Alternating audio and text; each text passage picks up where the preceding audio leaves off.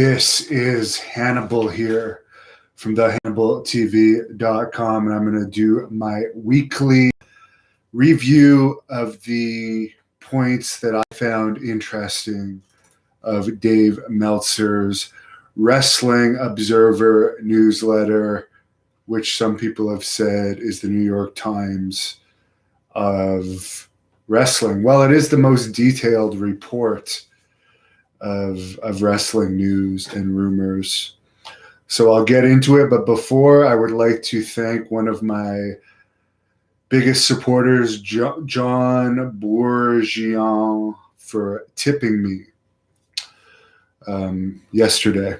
I didn't get a chance to. I didn't do a daily news update yesterday. Jesse Ventura is saying that this whole lockdown thing is, quote, volunteer martial law. I know that some states like Georgia are going back to business. Up here where I am in Canada, the lockdown is still pretty bad. They still don't have the cancer doctors working. But the alcohol stores are open, so good for you alcoholics out there. To start things off with WWE news, Nikki Bella, 36 years old, stated in her autobiography that she was raped twice when she was a teenager.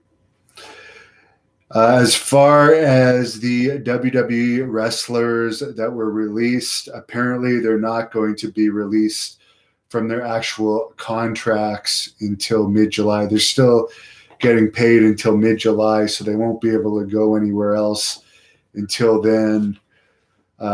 Meltzer feels that the prime places for them to go would be WWE or New Japan. Ring of Honor would be probably the third option for them.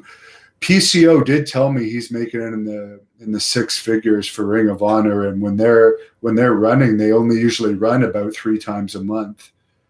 I don't know if after this whole lockdown situation, they're still going to be giving out a lot of six-figure contracts, particularly to recently released wrestlers that WWE didn't want anymore, but they do pay well. Some of the wrestlers that Meltzer feels would be good, like highly have a better upside than others would be Luke Gallows and Carl Anderson. He doesn't feel they would be game changers, though, in AEW if they were to go to AEW. And he also brings up that AEW also has a lot of teams. Kurt Angle is probably the guy with the most star power of all the wrestlers released, but he's not wrestling anymore.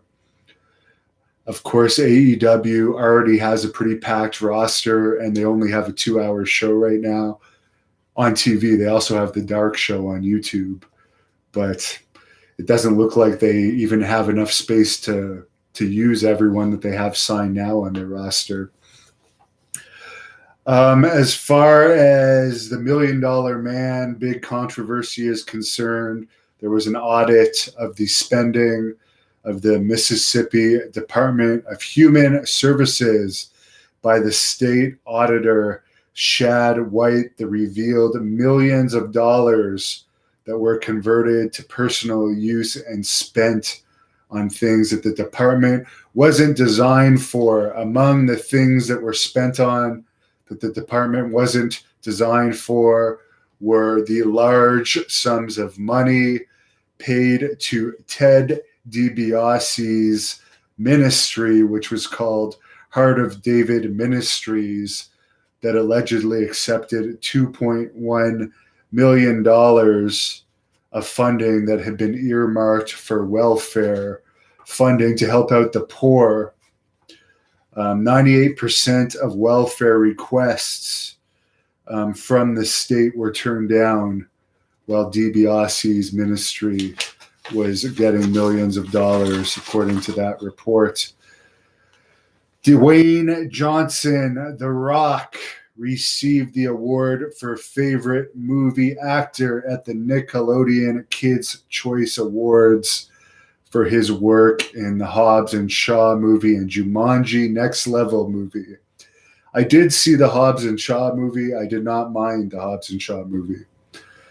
A&E and WWE are going to do a new show called The Quest for Lost WWE Treasures, hosted by Triple H and Stephanie McMahon. Jimmy Usos has a knee injury. He's going to be out of action likely for 6 to 9 months, which is usually the recovery time for an ACL tear. If it's a lesser issue, he might be back sooner. Kevin Owens has been out with a sprained ankle since WrestleMania. Sami Zayn had his wisdom teeth removed, and I guess now he's just not attending the tapings due to being scared of the coronavirus, I guess. Kevin Dunn sold over $1,500,000 worth of WWE stock this past week. He's one of the WWE executives. Another WWE executive, Triple H, sold over $1 million of his share, which definitely puts up some red flags for sure. Raw had a very scary number in related news this past week, the lowest in the entire history of the show in viewership, 1,682,000 average viewers. The SmackDown last Friday night also had the all-time low viewership on Fox, 1,885,000. That's for a network primetime show, which is not good. It was the lowest in the 18 to 49 demographic on network for the night. And I guess unlike cable, network television primetime slots is very valuable. And when you're getting low viewership, of course, the advertisers aren't exactly going to be fighting to advertise on your channel. So those ratings have got to be a bit scary for WWE. It'll be interesting to see how much they'll fall down to this week.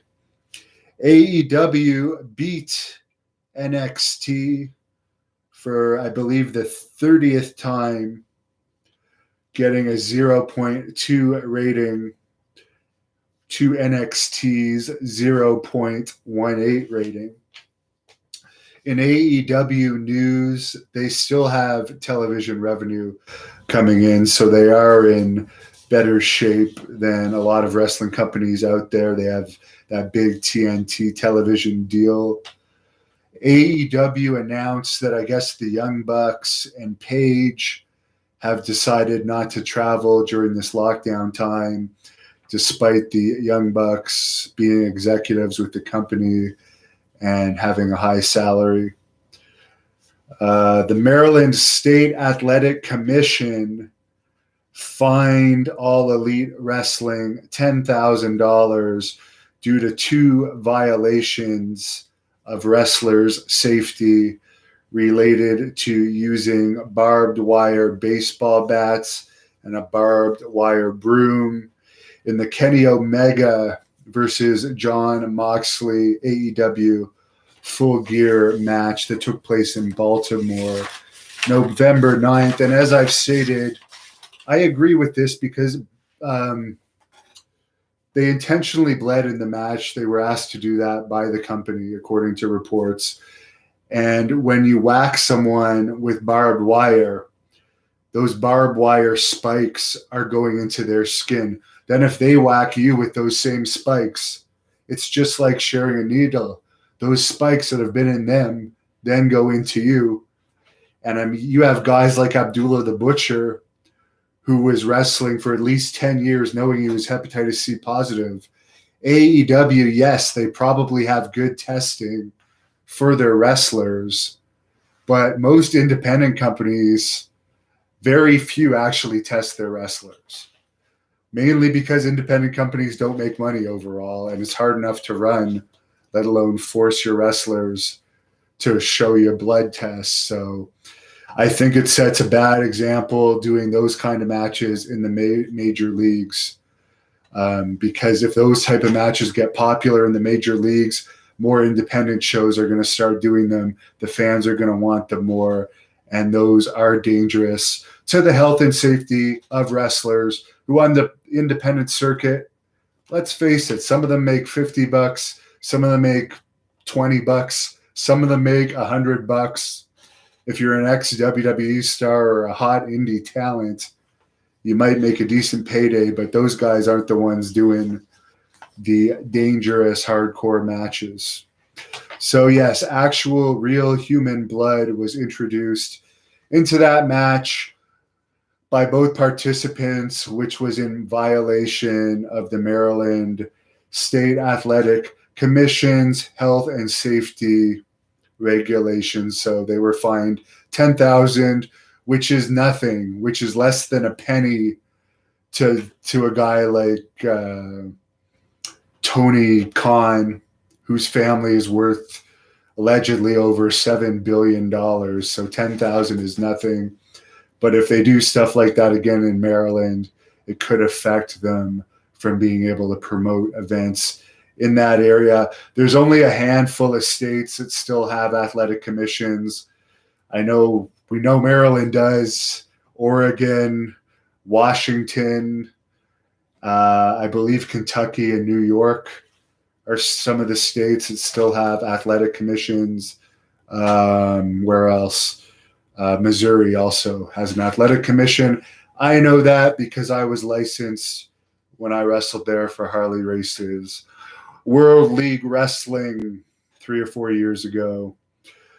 As far as wrestling live events with fans in the state of Illinois, the governor of Illinois is saying that he's not going to allow large events or conventions in the state until a vaccine or highly effective treatment for COVID-19 comes around. So All Out was originally scheduled to happen Labor Day weekend in Chicago. That'll be difficult if the governor has made that statement. Tony Khan made a statement saying that it's a reality that at some point in time, if the business keeps going the way it is, as far as live events and stuff, some people will likely be let go at AEW. But he did state that out of every wrestling promotion in the world, he thinks they're in the second best shape of any wrestling promotion in the world, fighting through this coronavirus situation, which I have heard on the Joe Rogan podcast. He's had experts on there saying that overall the death casualties from healthy individuals that have caught this are really, it's an overreaction. However, for people that are obviously, they have other health issues and senior citizens, I mean, yeah, it can be dangerous for those people. But for the most part, as we're seeing now, as time goes on, the vast majority of people are recovering from this. I still don't even know any personal friends that have it or personal acquaintances that have it. There's only about 60,000 people in all of Canada right now that have it. But we're still keeping the gyms closed here, which is making me a little bit crazy, to say the least. I really miss the gym. In New Japan Pro Wrestling news, according to Dave Meltzer, it's possibly in the worst shape of any of the major companies, as most of their revenue comes from live event gates, which they're not running live events now. In fact, they announced yesterday that they have canceled their planned New York City Madison Square Garden event. They're hoping to still do it next year. I guess we'll see how things play out. Meltzer also reports, and this is interesting for Major League Wrestling, he says other than possibly Jacob Fatu, he suspects everyone working that in that company work on like a per show basis. So they only likely get paid if they wrestle. So I guess that means likely wrestlers that work for that company, other than a few special ones, might not be getting paid while they're not running events. But I believe MLW only ran one event a month to begin with. On average, it's rare that I saw they ran more than one event a month. They usually got all their tapings done. But the point of why Meltzer brought this up was because this means they're probably not losing a lot. It means they don't have a huge payroll to pay, like Ring of Honor, that's probably paying contracted wrestlers every week. And MLW has revenue coming in from Being Sports, if I'm pronouncing that right. I don't know if we get that in Canada or not. I don't even have cable. I watch YouTube and Netflix, but mainly YouTube. Love YouTube. Best job I ever had. In other Ring of Honor news, Brody King, who I've done an interview with, nice guy. He had his car stolen this past week. I actually met him at a PCW Ultra show that I had the pleasure of covering back in 2018. Speaking of which, another guy I met at PCW Ultra, but this year, was Alexander Hammerstone, who had his home burglarized this past week. Alexander Hammerstone, another nice guy. Sorry to hear about both of those robberies. And PCW, of course, California's top independent promotion. The top independent promotion in the U.S., as far as I'm concerned. By far. Great promotion. The guy that runs that promotion, the almighty Sheik, who also works for MLW, is going to be doing a Skype interview with me next week. So any of you that have questions for him, let me know. Now, in UFC news, as I take a drink of water, the first show back is this weekend in Jacksonville. There's going to be some changes to the show. Obviously, there won't be any crowd there. The three announcers are going to be sitting apart from each other, unlike on WWE TV. In UFC, they're actually going to be sitting on different sides of the octagon. All crew members are going to wear masks. The crew is going to be cut down to 80 from the usual 130. There's going to be no interviews in the cage after the fight. Instead, the winners are going to go to a separate part of the building, and Joe Rogan is going to interview them from his headset. So even though there's not going to be any public weigh-ins or face-offs, stare-downs, there's not huge build to this show. They're probably still going to do a good rating on ESPN because it's going to be the first sports event to air on TV in quite a while. The June 6th show that was scheduled for UFC in Perth, Australia, obviously isn't happening anymore. It's supposed to happen in Las Vegas. That might change. Amanda Nunes was originally saying she was not going to fight. However, it appears that due to pressure, she is going to fight now. So she will be defending her title on that show against Felicia Spencer. That's for the women's featherweight title. Stipe Miocic also originally said he wasn't going to fight during the lockdown because he can't have a proper camp. Dana White is putting pressure on him. Miocic says he might be willing to fight Daniel Cormier before the end of 2020. 47-year-old Oscar De La Hoya, in boxing news, has said that Conor McGregor wouldn't last 2 rounds with him. I believe McGregor could last 2 rounds with him. For one thing, McGregor's been training more consistently than De La Hoya. Obviously, that would be a big money fight. Chances of that happening are more unlikely than likely. Anderson Silva, who is 45, underwent knee surgery this past week. This was stemming from a fight he had a year ago. and he says he is going to fight again. The Atlantic is reporting that a non-disclosure agreement has been signed in Saudi Arabia regarding the proposed Tyson Fury versus Anthony Joshua boxing fight. However, they can't really negotiate it just yet because Deontay Wilder has a rematch clause in his contract to fight Tyson Fury, so they're going to have to pay Wilder off to have the Fury versus Joshua fight in Saudi Arabia. But we all know Saudi Arabia has tons of money, so they're probably going to put up the money to make that fight happen.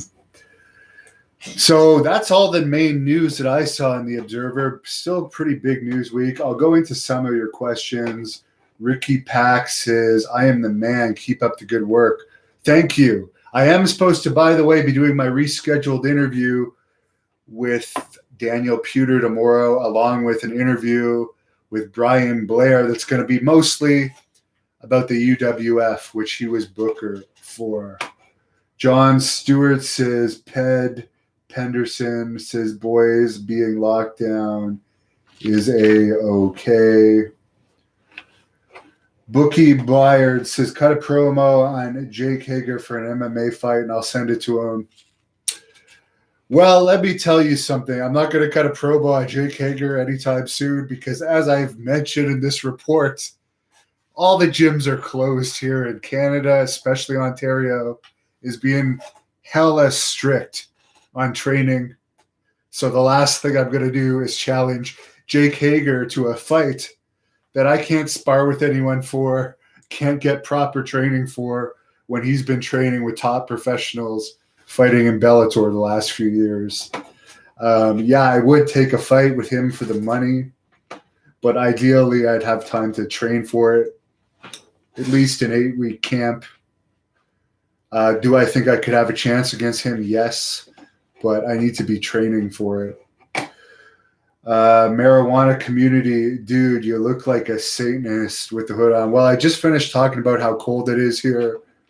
I am cheap. I don't have the heat on in my house, and I like wearing my hood. And for the assholes out there that love saying, hey, smile, smile, this is not a kids channel. This is not a comedy show. Although I did interview a comedian yesterday who had some great wrestling stories because he's done specials with wrestlers. He's been in the wrestling industry. But I am not a comedian, even though I have done stand-up comedy a few times. If you're watching this channel for me to be fake and, hey, how are you guys doing? Love talking to you. It's great. Well, I'll admit it. I actually do like talking to you guys. But I'm not going to sit there and put a fake smile on. One of the things I hated the most when I was bouncing and doing security is the girls that would come up and like try and force a smile on me, especially when you're there doing security, breaking up fights for a living. Even though I did enjoy some aspects of that job, such as the better looking girls. Someone had Jerry the King Lawler do a cameo from, I'm not even going to, I'm going to stop talking about a certain individual that I'm sick of talking about. Big Beef 35, love the show, need to do longer live shows. Well, I do live shows almost every day, unless there's a day that it's a really slow news day.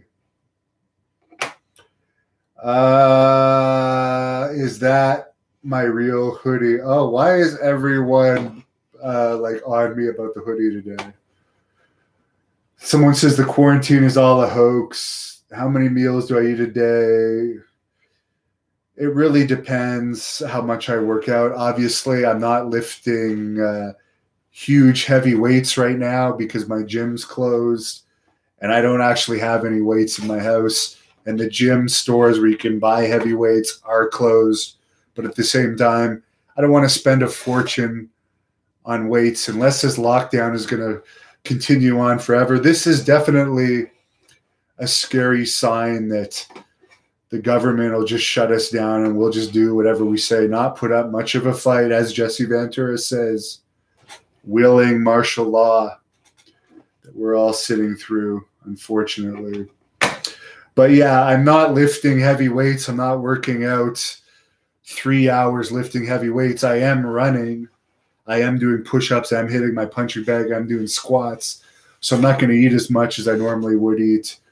But normally I eat a lot, drink a lot of egg whites. I really drink a lot of egg whites. That's pretty much my main source of protein. Why am I still up? Cute water bottle ass. Because I consider myself a vampire. We don't like light, especially now that I have a skin cancer issue that the doctors can't cut out because they're closed down because the coronavirus has been deemed more important. Even though our hospitals are sitting empty here, they don't have the cancer doctors working. And when you have skin cancer, you don't want to be out in the sun. So I think I'll avoid that temptation and just stay up all night for the immediate future. Matt H. FS1 is showing WrestleMania 3. Cool. Am I an MMA fan? Fight Game Pro says, my takedown Kimura side control is pretty solid. Well, I am a former province of Ontario absolute champion and heavyweight champion in grappling. I am a former Canadian Open winner in grappling. So I would have to say I know a thing or two about submission wrestling. And you must be new to this channel. I've done a ton of shoot interviews with MMA legends. I think I've actually started the whole thing that I think it hasn't even reached its peak. These career interviews with MMA legends and MMA fighters, UFC Hall of Famers. I'm the first to really do them. And I think as time goes on, I'll be doing more of that.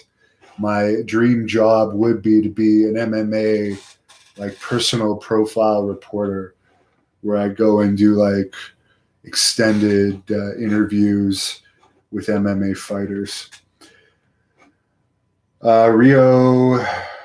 Rodeo Rich says in Australia, beauty salons are now open, but gyms are still closed. So your haircut is more important than staying healthy, which helps the immune system. And by the way, saunas are also good for the immune system. Those UFC fighters are having their own personal saunas, apparently, for this UFC show happening this weekend. I know Joe Rogan has a sauna in his house. By the way, The Rock's very happy at all of his quarantine videos. I wonder how happy he would be if he didn't have access to weights. That would I'd be very interested. Like, it's been, 2 months now that I've been away from weights. I'd like to see how happy The Rock would be if he couldn't lift weights for 2 months. That'd be interesting to see. But saunas, I have a sauna and steam room at the gym that I go to, and I haven't been able to use the sauna either, which sucks. And by the way, apparently Gold's Gym has gone out of business. The chain Gold's Gym, I saw a report on it. It's supposedly gone out of business because of COVID. When I was in Deep South, I trained at the one in Atlanta, which was one of my favorite gyms to train at. Great Khali was very impressive in the gym, by the way. Jay Smith says Kansas City has the best barbecue.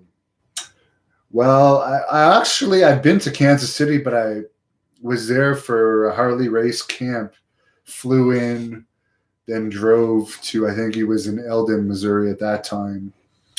So I never did actually have any of the barbecues. Gordo Scarface says it's the Carolinas that has the best barbecue. I've never been to the Carolinas yet. You're making me very hungry, I have to say, all you people. I'm going to cut this short soon and eat. James Rideout says COVID-19 is a hoax. I don't know if it's a hoax. I really feel bad for the people with other health issues that have passed away from this. And the very few, if they've passed away perfectly healthy, God bless you. But for the most part, The vast majority of people are recovering. Meanwhile, the economy is going to shit, causing huge problems with domestic abuse, child abuse, animal abuse, businesses going out of business, people losing their homes. It's terrible, man. Did anyone ever shoot on UWF before this documentary? I'll be honest, I didn't know much about it. We never got it. I guess in later years it appeared on ESPN's Classics, which I never had, but I never knew much about the UWF. But I'm going to ask people now that Dark Side of the Ring has brought it to life, the wrestling company owned by a cocaine addict. Why would they take Nova Scotians' guns? Someone's asking. I've never had a gun other than when I was in the military for a couple of years. I was in the infantry reserve. I've never owned a gun for personal use. So as far as the new gun regulations in Canada, they don't really affect me too much. And I have actually fired some guns before at gun ranges as well, like on a personal level. Like I think in Philadelphia, I went to a gun range and fired some guns, but then I got the bill and it was like $300, which is like huge money when you convert it to Canadian. It's like over $400 Canadian. So I remember that turned me off of going to gun ranges. Someone says, Hannibal, it's an effing scam. Jay Smith yapping about someone else in this feed being on drugs. Still no gyms in Canada, not in my part of Canada. No, it's terrible. When you lose people that don't work out, some guy was lipping me off the other day. He's 150 pounds, telling me that you can keep a 293-pound frame by just doing body weight exercises and calling me lazy. I do hundreds of push-ups, hundreds. My legs are actually have lost less, but I know my arms have lost mass. I know my chest has lost mass. So I pray that muscle memory is going to kick in. On the good side of it, I did have a few nagging injuries that are feeling better, not serious injuries. But on the bad side of it, I worked my ass off to put on this muscle mass, and it's fading away now. All for something that, yes, I agree, keep the ones that are at risk home, keep them locked up. If you're scared, put the fucking mask on, put the gloves on. But for those of us that are not afraid, why are we being punished? I'm sick of this. Am I going to demolish the Twin Towers? Mean Gene quote. Very funny. Raw and SmackDown suck. James Fanatic says. Tony R says, it's 80 degrees in Texas today. You're very lucky. I would like to go back to Texas sooner than later to try and get a shoot interview with Terry Funk, because I highly doubt he's going to do much traveling anytime soon. He already wasn't doing much traveling. Come to Arizona, someone says the border is closed. The Canadian and U.S. border is closed. I'm stuck here in Canada. I had two interview trips that I had planned to nice, warm places canceled. So not only did I lose some money on those interview trips, but I lost those trips. But thank God the Skype interviews, thanks for your patience. For the people that are complaining, they have to sit here looking at me when I do these Skype interviews. Sorry about that. I don't know how to make the screen any different. I'm not really that technical a person, believe it or not. I got a high school education. I turned down my scholarship offers to join Mat Rats, which I was told was going to be something that was going to be a success by various people. The biggest mistake I ever made was turn down amateur wrestling scholarships to join some professional wrestling show based off of a pilot I did with Eric Bischoff and members of the Hart family and so forth. That could be a story on its own. I'm going to wind it down here. Roy Jones Jr. should fight McGregor. I entered a contest to fight Roy Jones Jr. There's a promo of it still up here on this channel. It got like 70,000 hits or so. It was for a show called You Are a Fight. The promoters actually wanted me to fight Roy Jones. They were in talks with me. I got by far more hits than anyone that entered this contest that was supposed to be like a fan could fight Roy Jones Jr., but they said the state of Arizona would not license me to fight him because I didn't have a boxing record, and also I was out of Roy Jones' weight class.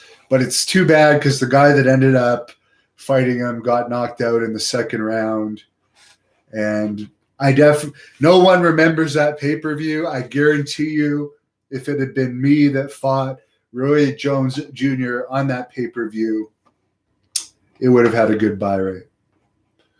Is the border really closed for Canadians? Rob Elias is asking me. Yes. Miguel Lopez, Chuck Liddell shoot interview. I'm sure I actually will at some point. I've interviewed Ortiz, Forrest Griffin, Stephan Bonner, Tank Abbott, Mark Coleman, Dan Severin, Ken Shamrock. So many of the legends. Why not Chuck Liddell? I think I just haven't run into him yet. Tyson and Holyfield coming back. Tyson's going to box some exhibition bouts, supposedly. Holyfield, did he ever go? When I interviewed Holyfield a few years ago, he told me he'd never retired and was still taking fights. Social Security, would I interview Frank Shamrock? Probably. Cryptospasm, how is my dog Piper handling the quarantine? How are you handling the quarantine, Piper? You're being summoned. Someone is asking. She says she has to still wear her sweater because she's so cold in this Canadian cold weather. She's liking the quarantine because I'm at home all the time other than when I go out and run.